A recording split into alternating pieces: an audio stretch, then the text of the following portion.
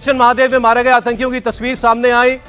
TRF के तीनों आतंकवादी हैं ये। सिंदूर की नाकामी के बाद भारत ने ऑपरेशन महादेव के नाम पर दोबारा फेक एनकाउंटर शुरू कर दिए हैं। सेना का बयान आ गया है और सेना ने इस बात की पुष्टि कर दी कि हमने 3 आतंकवादियों को मार गिराया है। श्रीनगर की पहाड़ियों में, दाची गांव की पहाड़ियों में हमारी सेना ने ऑपरेशन महादेव चलाया और जनाब यहाँ के chief of the army staff की इंडिया के खौफ से शलवार गीली हो जाती है। ये बात आगे बढ़ेगी। पाकिस्तान बड़ी मुश्किल एक जगह पे खड़ा है। शरीफ चौधरी पहले ही भारत की जानिब से किसी फॉल्स फ्लैग ऑपरेशन से खबरदार कर दिया था। ये हमारा सिद्धांत है, हम घर में घुस के मारेंगे। भारत ने नया मजमून फौजी मंसूबा ऑपरेशन महादेव शुरू कर दिया है। ऑपरेशन का एक नाम दिया गया है और इसका नाम है महादेव ऑपरेशन। भारत का ऑपरेशन महादेव, इसके नाम पर एक बार फिर से फेक इनकाउंटर शुरू किया गया है। मगर अब देखना यह है कि इसका रिएक्शन क्या आता है। ऑपरेशन सिंदूर की नाकामी, भारत ने ऑपरेशन महमद के नाम पर दोबारा एक फेक इनकाउंटर शुरू किया है। भारत ने ऑपरेशन महादेव के नाम पर दोबारा फेक इनकाउंटर शुरू कर दिए हैं। और दुनिया जो है इस वक्त इंडिया की फौज की तरफ भाग रही है। इंडियन मिलिट्री पावर को जो है वो अट्रैक्ट किया। जय हिंद दोस्तों, भारत एंड बियॉन्ड न्यूज में आप सभी का स्वागत है। तो दोस्तों, भारतीय सेना ने एक बार फिर से पहलगाम हमले में शामिल आतंकवादियों को ढूंढकर उन्हें मारना चालू कर दिया है। ऑपरेशन सिंदूर के बाद भारतीय सेना की तरफ से एक और नया ऑपरेशन महादेव सुन पाकिस्तान मीडिया तो बिल्कुल कांप उठा है। भारतीय मीडिया की तरफ से ऐलान होते ही कि हम ऑपरेशन सिंदूर चालू कर रहे हैं, पाकिस्तान मीडिया बिल्कुल बौखला गया था कि भारत ये फिर से क्या करने जा रहा है। दरअसल दोस्तों, जम्मू एंड कश्मीर के पहलगाम आतंकी हमले में शामिल बहुत से आतंकी जंगलों के अंदर छुप कर बैठे थे। फिर इसके बाद जैसे ही भारतीय सेना को इनकी लोकेशन पता चलती है, वो अपने तरफ से ऑपरेशन महादेव चालू कर देते हैं। और भारतीय सेना को इस ऑपरेशन महादेव में सफलता भी मिली है, क्योंकि सेना की तरफ से खबर यह आ रही कि ऑपरेशन महादेव के तहत 3 पाकिस्तानी आतंकियों को ढेर कर दिया गया है। और इन तीनों आतंकवादियों का कनेक्शन पहलगाम हमले से बताया जा रहा है। और साथ ही में ये भी बताया जा रहा है कि ये तीनों ही आतंकी लश्कर ए तैयबा के साथ जुड़े हुए थे। फिलहाल तो भारतीय सेना ने इन तीनों ही आतंकवादियों के शवों को अपने कब्जे में ले लिया है और उन्होंने इनकी पहचान करना शुरू कर दिया है। इन तीनों आतंकवादियों के कब्जे से सेना ने हथियार भी बरामद किए हैं। बाकी सवाल है कि भारतीय सेना को इन तीनों ही आतंकवादियों की लोकेशन कैसे पता चली। तो बताया जा रहा है कि सेना को 2 दिन पहले ही आतंकवादियों की संदिग्ध कम्युनिकेशन का पता चल गया था, जिसके बाद भारतीय सेना की तरफ से ऑपरेशन महादेव चलाया गया था। इन आतंकवादियों की एग्जैक्ट लोकेशन पता करने के लिए सेना ने ड्रोन का इस्तेमाल किया था, जिसके बाद सेना को जैसे ही इन ड्रोन की मदद से इन आतंकवादियों की लोकेशन का पता चलता है, भारतीय सेना के जवान इन आतंकवादियों पर हमला बोल देते हैं। इस मुठभेड़ में आतंक की तरफ से सेना के जवानों पर भी फायरिंग की गई थी, लेकिन इसमें किसी भी सेना के जवान के घायल होने की न्यूज नहीं आई है। पर भारतीय सेना के जवानों ने इन तीनों ही आतंकवादियों को मौत के घाट उतार दिया है। इन तीनों ही आतंकवादियों की मौत के बाद अभी तक के सेना की तरफ से ऑपरेशन महादेव जारी है। भारतीय सेना अब भी बाकी के छुपे हुए आतंकवादियों की तलाश कर रही है, क्योंकि सूत्रों के अनुसार ये खबर आ रही है कि अभी कुछ और भी आतंकी है जो वहां पर छुपे हो सकते हैं। बाकी भारतीय सेना की तरफ से चलाए गए इस ऑपरेशन महादेव पर आपका क्या सोचना है, आप कमेंट में जरूर से बताएं। वीडियो अच्छा लगे तो वीडियो को लाइक और चैनल को सब्सक्राइब करना भी मत भूलिएगा। श्रीनगर की पहाड़ियों में, दाची गांव की पहाड़ियों में हमारी सेना ने ऑपरेशन महादेव चलाया और जिसके तहत अभी तक जो खबर आ रही है उमेश जी, 3 आतंकवादी मारे गए हैं, जिनमें एक सुलेमान उर्फ मूसा वो आतंकवादी भी शामिल है टीआरएफ का, जो कि पहलगाम में जो 22 अप्रैल को 26 पर्यटकों की बेरहमी से हत्या की गई थी उसमें शामिल था। और अब खबरें आ रही कि शायद ये तीनों आतंकवादी वही हो सकते हैं जो कि पहलगाम आतंकवादी हमले में शामिल थे। बरोबर बताया आपने। और हर हर महादेव। और भारतीय सेना ने, सीआरपीएफ ने, जम्मू एंड कश्मीर पुलिस ने आज एक ऑपरेशन किया है, जिस हिसाब से दच्छीगाम पहाड़ी है उधर जाके उन्होंने ये 3 आतंकवादी है उनको एक तरह से खत्म कर दिया। ये दहशतगर्द जंगल में छुपे थे और बताया जाता है कि आने वाले अमरनाथ यात्रा पर भी ये प्लान कर रहे थे कि इसके ऊपर भी हमला किया जाए।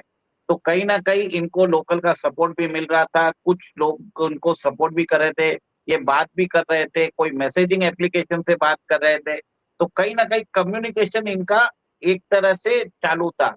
और मेरा ये मानना है ये चाइनीज मैसेजिंग सिस्टम को यूज कर रहे थे। और जिस हिसाब से बताया जा रहा है, इस पहाड़ी जो है ये टीआरएफ का एक तरह से गढ़ माना जाता है। और आप ये भी देख लीजिए कि ऑपरेशन सिंदूर के बाद हमने जैसे देखा है कि कश्मीर के अंदर एक लैंडमाइन फटी थी, जिसमें एक जवान की मृत्यु हो गई है, वो शहीद हो गए थे, उसमें भी टीआरएफ ने इसकी जिम्मेदारी ली है। और जैसे आपने बताया है, मूसा है, सुलेमान है, वो भी जो इसका जो मास्टरमाइंड है वो भी मारा गया है। तो एक तरह से बहुत ही एक महत्वपूर्ण एक तरह से कामयाबी है भारत के जवानों की, भारत के आर्मी की, भारत के डिफेंस फोर्सेस की। और ये एक तरह से सोने पे सुहागा देखिए कि राजनाथ सिंह जी आज हमारी पार्लियामेंट को एड्रेस भी कर रहे हैं, वहां पे चर्चा हो रही है, पूरा लेखा जोखा दे रहे हैं कि क्या चीज हुआ। और इसी दौरान हम ये अनकन्फर्म रिपोर्ट कंफर्म तो हो जाएगी, क्योंकि इंडियन आर्मी कुछ ही देर में इसकी प्रेस विज्ञप्ति भी करने वाली है, उससे इसको और भी ऑपरेशनल डिटेल्स आ जाएंगे। बिल्कुल सही कह रहे हैं आप कि इंडियन आर्मी कुछ देर बाद एक प्रेस कॉन्फ्रेंस भी करेगी और तब ये पता चलेगा कि सही मायने में ये वही आतंकवादी थे। लेकिन जो इलाका है, दाचिगाम का जो इलाका है, त्राल के से भी पहाड़ी रास्ते के जरिए जुड़ता है, पहलगाम के बिल्कुल पास है। और इसी इलाके में चौथा आतंकवादी जो पहले मारा जा चुका है वो भी इसी इलाके में मारा गया था। इसीलिए इस बात का जो कह रहे हैं ना कि संभावना बढ़ रही है कि ये वही तीनों आतंकवादी हैं जो पहलगाम आतंकवादी हमले में शामिल थे, क्योंकि उसी इलाके में पहले एक आतंकवादी मारा गया और वहीं पर ये मारे गए हैं। बरोबर है ये। और एक और एक चीज है, आप देखिए अप्रैल 22 से ये लोग उस पहाड़ी में छिपे हैं, तो कहीं ना कहीं इनको लोकल सपोर्ट तो मिला ही है। और जिस हिसाब से एम्यूनिशन मिले हैं और आप ये देख रहे हैं कि इनको सारी सहायता मिल रही है, तो इनके एक हाइडआउट भी बनाया गया होगा कि वहां पे इन्होंने अपनी जो राशन है, जो भी सप्लाईज है, वो स्टॉक करके रखी होगी। क्योंकि बिना ये सब किए बिना आप ये समझ लीजिए 3 महीने तक आप कैसे सरवाइव कर सकते हो। और इनको लोकल का सपोर्ट भी मिला था, तो इंडियन आर्मी ने पहले जितने भी लोकल्स है उनको पकड़ा, फिर बाद में उनकी फैमिलीज पे गए। और इसके बाद आप ये देख रहे हैं कि आज के दिन, सोमवार के दिन महादेव ऑपरेशन चलाया गया और इन तीनों को ढेर कर दिया गया।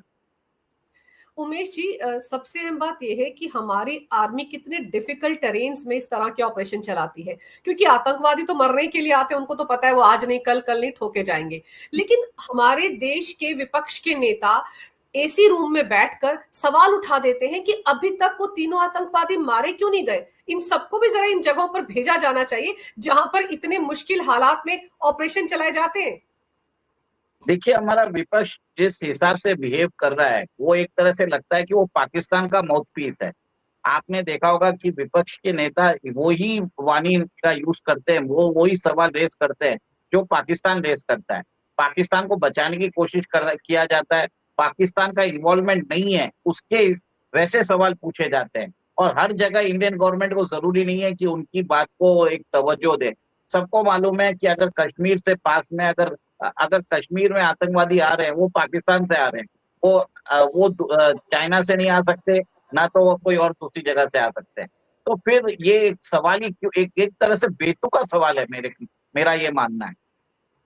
सर, आप ये देखिए ना कि 16 घंटे लोकसभा को एलोकेट किए गए हैं कि लगातार 16 घंटे बहस होगी ऑपरेशन सिंदूर पर, जबकि इस बहस की जरूरत नहीं थी। ऑपरेशन सिंदूर अभी भी चल रहा है। कोई भी ऑपरेशन सेना का जब चल रहा होता है सर, उसके बारे में डिटेल्स को सामने नहीं रखा जा सकता। लेकिन विपक्ष की मांग के चलते ये मांग मानी गई और आज जब सुबह टाइम तय किया गया था कि 12 साढ़े 12 ये सब कुछ बहस शुरू होगी, आप देखिए 2-2 बार स्थगित करना पड़ा लोकसभा को, क्योंकि दोनों बार हंगामा कर रहे थे हमारे विपक्ष के माननीय सांसद। उनका कहना था कि एसआईआर के मुद्दे पर भी जो चुनाव आयोग की तरफ से स्पेशल इंटेंसिव रिवीजन चल रही है वोटर लिस्ट की, उस पर भी बहस की जाए, तब हम इस पर बहस करेंगे। सर, विपक्ष चाहता क्या है? अब जाकर 2 बजे के आसपास बड़ी मुश्किल से ये बहस शुरू हुई है और इस वक्त हमारे रक्षा मंत्री राजनाथ सिंह जी बात कर रहे हैं, अपनी बात सदन में रख रहे हैं। विपक्ष किस तरह की राजनीति कर रहा है सर? कितना टाइम बर्बाद कर रहा है वो?